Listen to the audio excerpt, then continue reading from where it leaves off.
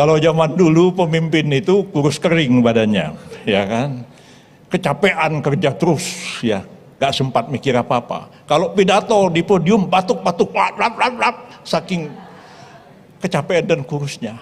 Nah, itu pemimpin zaman dulu. Makin keras batuknya pidato itu, makin berwibawa dia di mata para pengikut-pengikut.